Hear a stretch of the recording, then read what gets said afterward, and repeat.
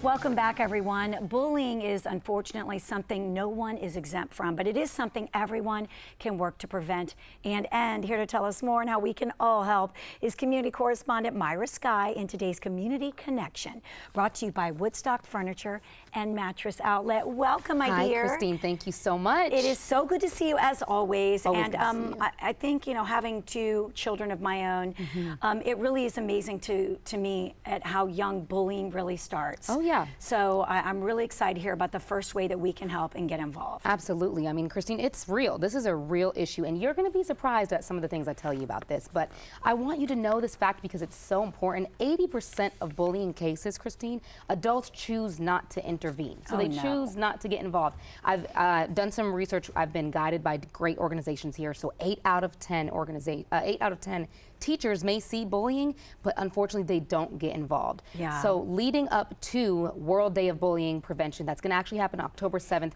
this campaign has officially kicked off and are going to be pushing for the next couple months. So they're encouraging schools, communities, and organizations to act up right now and work together to stop this awful cycle. So when you see someone being bullied, please be brave, stand up for them.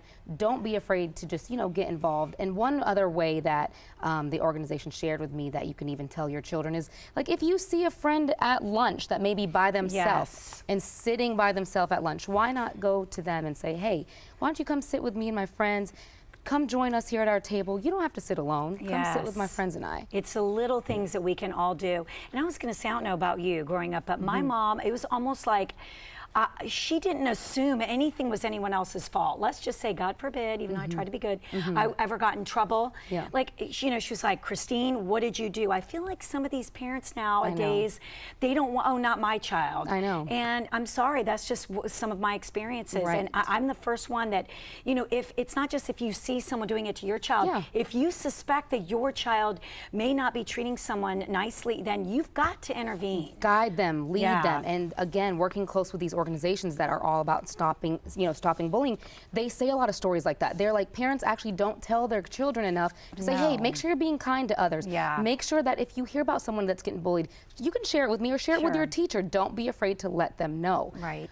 So this is real, and unfortunately it's very sad and can lead to even more serious things. So if you want to get involved with this campaign and just to really get this initiative out and get aware, stopoutbullying.org is where you can learn how to get involved in all the different initiatives they're doing for the next couple months. Excellent. That's a great one. Yes, yep, absolutely. So on the heels of the 55th anniversary of the 1964 Civil Rights Act, this new movement that I'm so excited about has launched in the city of Atlanta, which we know is the heart of the civil rights movement. Yes. And it's called the Millennial Civil Rights Campaign. So this campaign is seeking to drive change locally and nationally in the areas of race, gun violence, individual rights, and financial insecurity. So there's two main goals that they're focusing on to produce generational change. And this is justice by preventing the political, social, and economic environment issues that our generation is inheriting. So why not step up to this movement? I love that millennials are getting involved, but keep in mind, it's not just exclusive to the millennials. They're the ones leading it, but Senator John Lewis is actually involved in it as well.